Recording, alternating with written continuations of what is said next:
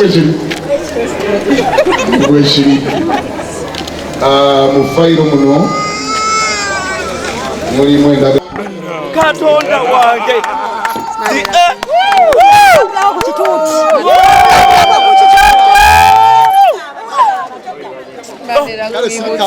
Katonda wange ngola kyo lunaku luno twali tuumye Love Sunday.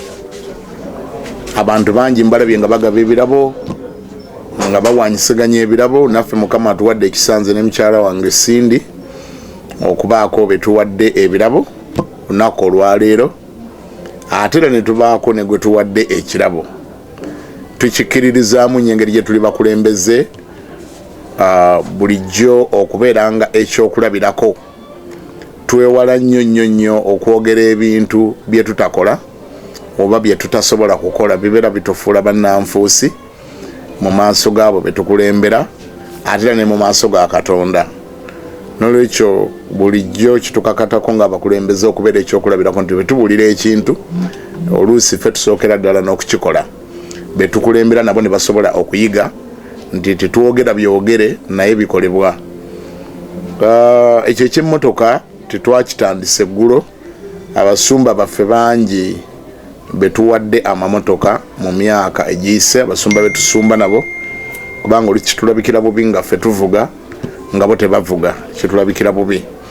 Naye ng'okusingawo ennyo twebaza Mukama Katonda atuwadde ekisa, tukkiriza nga betusiga tuba tujja kungula.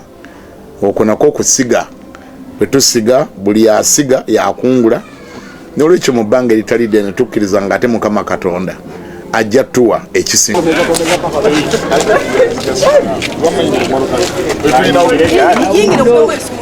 kubeme ekisumuluzo si bya bulijjo.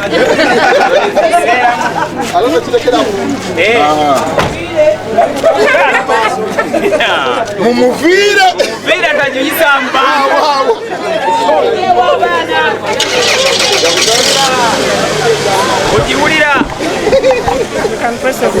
ogiwulira kisufu kinyumidde nnyo. Mbadde mbirengerera walala abantu ba motoka baba birabo olwaleero nange ku 26 omulabirizi David Livingstone Kiganda ampadde ekiduka kikino nkiraba n'amafuta batadde mugaaga no. Ndi musanyufu kuweereza Mukama ate muli loosi binyuma. Tubeerawo nga tusaba nga Katonda asiima ankoze bulungi, ampadde omukisa, ampadde motoka. Yes, ndi musanyufu. Nsanyukidde n'abalala bonna abaweereza betuweereza nabo.